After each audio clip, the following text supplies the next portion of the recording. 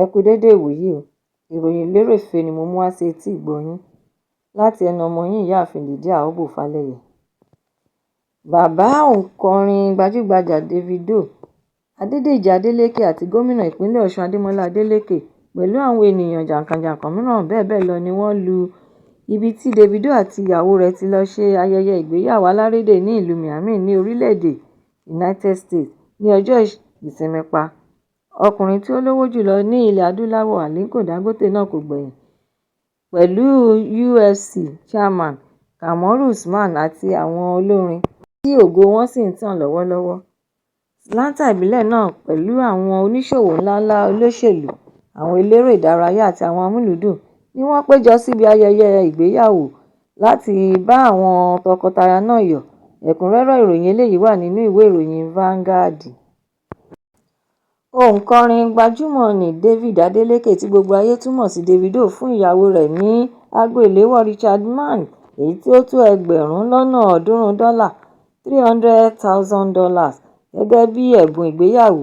Ìkéde ẹ̀bùn náà wáyé nínú ayẹyẹ ìgbéyàwó alárédè náà tí ó wáyé ní Miami ní orílẹ̀-èdè United States. Ìròyìn náà ló tún ṣe àfihàn ẹ̀bùn yìí wípé ẹlẹ́ẹ̀kejì irú aago ìléwọ́ Richard Mille tí Davido yóò fún ìyàwó rẹ̀. Ó wá ṣàlàyé síwájú wípé òǹkọrin gbajúgbajà yìí ti fún ìyàwó rẹ̀ ní àpò àgbékọ́pá ti Birkin pẹ̀lú aago ìléwọ́ Richard Mille fún ayẹyẹ ọjọ́ ìbí rẹ̀ ní ọdún 2023 àti pé ayẹyẹ àjọyọ̀ ìgbéyàwó yìí tẹ̀lé ìgbéyàwó ti ìbílẹ̀ tí ó kọ́kọ́ wáyé sẹ́yìn ní ìpínlẹ̀ Èkó nínú oṣù kẹfà ọdún 2024 tí ìgbéyàwó ti òfin èyí tí à ń pè ní court wedding náà ti wáyé ní oṣù kẹta ọdún 2023. Àwọn olólùfẹ́ àwọn méjèèjì lórí ẹ̀rọ ayélujára ohun alátagbà tí ń dunnú tí wọ́n sì tún ń bá wọn yọ̀ nígbà tí wọ́n ń wo àwòrán ìgbéyàwó alárédè èyí tí ó sì ń jà rìnrìn káàkiri orílẹ̀-èdè yìí àti àgbáláyé.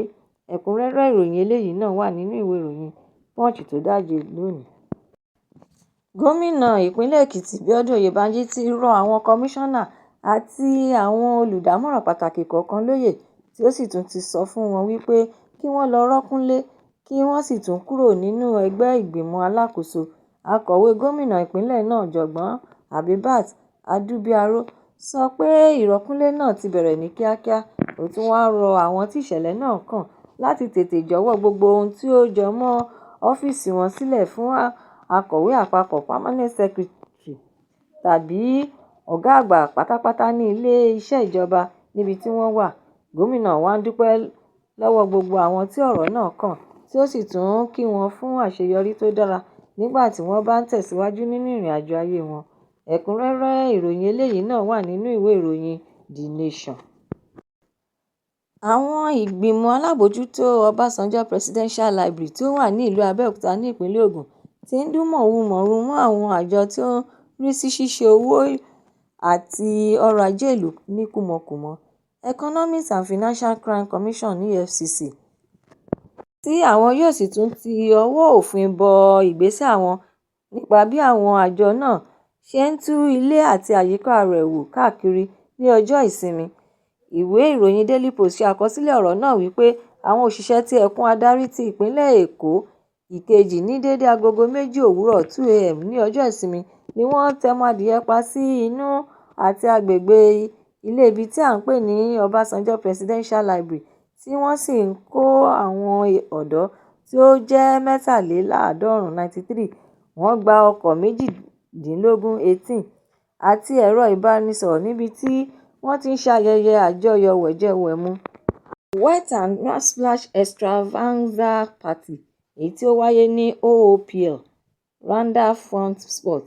Àwòrán fọ́nrán tí ó ń jà káàkiri náà wá ṣe àfihàn bí àwọn ọ̀dọ́ ṣe ń sálà fún ẹ̀mí wọn nígbà tí àwọn àjọ EFCC lu ibẹ̀ pa ní òru ọjọ́ yìí. Àwọn àjọ EFCC náà gbé ìṣẹ̀lẹ̀ ọ̀rọ̀ náà sórí ẹ̀rọ alátagbà X wọn wípé àwọn ń gbé ìgbésẹ̀ yìí pẹ̀lú ọgbọ́n tó péye nígbà tí àwọn rí wípé àwọn ọ̀dọ́ tí àwọn fura sí nínú ṣíṣe iṣẹ́ ìwà ọ̀daràn lórí ẹ̀rọ alátagbà internet crime náà wà níbẹ̀.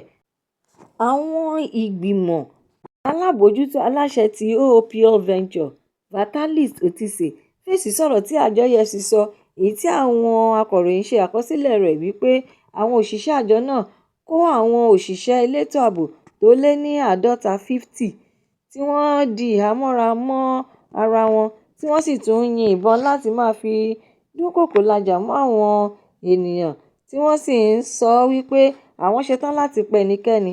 Ó tún wáá fi igbe tantan lóhùn rárá fún ọ̀rọ̀ rẹ̀ pé àwọn tí Ọlápàdé kó sòdí wá síbẹ̀ ń dá ìbẹ̀rù, ìpayà, wàhálà hílàhílo sílẹ̀ débìí pé ọ̀pọ̀lọpọ̀ lára àwọn tí ó wá síbi àjọyọ̀ ayẹyẹ náà fara pa yánnayànna níbi tí oníkálukú ti ń sálà fún ẹ̀mí wọn láti yẹ̀bá fún ìbọn yínyìn. Vitalis wáá ṣe àpèjúwe iṣẹ́ tí àjọ EFCC ṣe gẹ́gẹ́ bíi títàpá sí ẹ̀tọ́ àwọn ènìyàn láti péjọ fún ayẹyẹ níbì kan. Ọlápàdé wáá sọ fún àwọn ìgbìmọ̀ alábòójútó ti iléeṣẹ́ OOPL, ọ̀gbẹ́ni Vitalis Otise, lórí ẹ̀rọ ìbánisọ̀rọ̀ wípé ìgbésẹ̀ àwọn wà ní ìbámu lórí ìtanilólobó tí wọ́n ta àwọn lólobó nípa ayẹyẹ àjọyọ̀ ìdákọ́ńkọ́ tí ó wáyé ní agbègbè náà, àti pé wọ́n ti tún sọ fún àwọn òṣìṣẹ́ ọlọ́pàá lórí iṣẹ́ tí àwọn wá ṣe náà. Ó tún wáá ṣàlàyé pé kí wọ́n má ṣe gbàgbé wípé ayẹyẹ ìdákọ́ńkọ́ náà ni wọ́n ti kéde rẹ̀ fún gbogbo ènìyàn láti bí ọjọ́ díẹ̀ sẹ́yìn. Nítorí náà ni àgọ́ ọlọ́pàá ti Kẹ̀ǹtà ṣe kó ọ̀pọ̀lọpọ̀ ọlọ́pàá wá síbẹ̀, gẹ́gẹ́ bí àwọn tí ó ń ṣètò ayẹyẹ náà ṣe béèrè fún wọn sí. Ṣùgbọ́n àwọn alábòójútó àti àwọn tí wọ́n gbé ètò náà kalẹ̀ fèsì wípé àwọn kò lóye nípa bí àwọn àjọ EFCC ṣe wá síbẹ̀, àti pé nígbà tí àwọn béèrè lọ́wọ́ àwọn ọkùnrin agbébọn náà wípé kí ni wọ́n wá ṣe, wọ́n dá àwọn lóhùn wípé àwọn wá ń ran àwọn òṣìṣẹ́ elétò ààbò lọ́wọ́ àti pé iṣẹ́ àwọn làwọn ń ṣe. Wọ́n wá ṣe àfikún nínú àkọsílẹ̀ náà wípé ìwádìí ṣì ń lọ lórí ìṣẹ̀lẹ̀ tí ó ṣẹlẹ̀ àti pé àwọn ń fẹ́ àlàyé lórí rẹ̀, kí àjọ EFCC sì tún tọrọ àforíjì lórí ṣíṣe lòdì sí ẹ̀tọ́ àwọn ènìyàn tó péjọ síbi tí wọ́n ti ń ṣe ayẹyẹ wọn. Ẹ̀kúnrẹ́rẹ́ ìròyìn eléyìí náà wà nínú ìwé ìròyìn Daily Post. Ìròyìn lérèfé tòní kò ní jù báyìí lọ nítorí wípé kí ń lọ bẹ̀ oge. Ẹ tún pàdé mi lọ́la fún àkọ́tún ìròyìn lérèfé mìíràn láṣẹ Èdùmàrè. Ẹ má ṣàlàyé lọ kàn sí YouTube channel ìròyìn lérèfé, kí ẹ bá mi subscribe, kí ẹ sì tún bá mi fi èròǹgbà yín ránṣẹ́ sórí rẹ̀, kí ẹ bá lè ní àǹfààní láti máa gbádùn ìròyìn lérèfé síwájú àti síwájú sí i. Ẹ ṣé mo dúpẹ́ tí ẹ̀ ń tẹ́tí gbọ́ mi. Ó dàbọ̀.